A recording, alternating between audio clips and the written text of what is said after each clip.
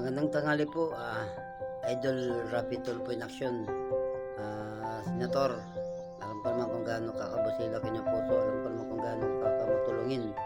Parati pa ako nanonood sa YouTube, sa TV5. Madam Shari, Madam Midi, Madam Odit, Madam Carol, sana po matulungan po ako ni Senator Idol Rapi. Sana mailapit nyo. Alam ko naman kung gaano din kabusila kanyang puso. Hingi lang po ako ng tulong tungkol sa dati kong kumpanya na nabaliwalang lahat yun. 16 years pa ako nagtrabaho. Gusto ko lang kasi hindi ako mapanatag. Sana matulungan niyo pa ako. Matagal na po itong matagal na ako nagbablog po dyan po sa TV5. Hindi ko alam. Sana matulungan pa ako.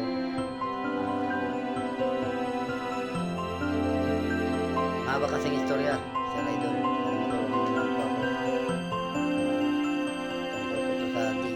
Consoni. Dito po ako sa Tacloban, Leyte ngayon. Senator Idol Rapi Tulfo, Madam Shari, sana matulungan pa ako. Sana matawagan ako ni Idol Rapi Tulfo. Alam mo naman kung gaano si Senator Idol Rapi Tulfo na matulungin. Kahit anong problema, lahat ng lumalapit po sa kanya, natutulungan po ni Idol Rapi. Kaya kay Idol Rapi, saludo pa ako sa inyong lahat sa TV5. Sana matawagan niyo pa ako. Mahaba po kasi yung istorya.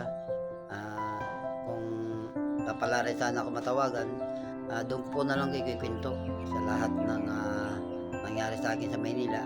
Sana matulungan niyo pa ako, Sir Idol. Hanggang dito na lang po, Madam Shari, Madam Midi, Madam Odit, Madam Carol. Sana matulungan pa ako. Ingat na lang po kayo palagi. God bless you na lang po sa lahat ng mga attorney ni Idol Rapi Tulfo, mga staff, mga reporter.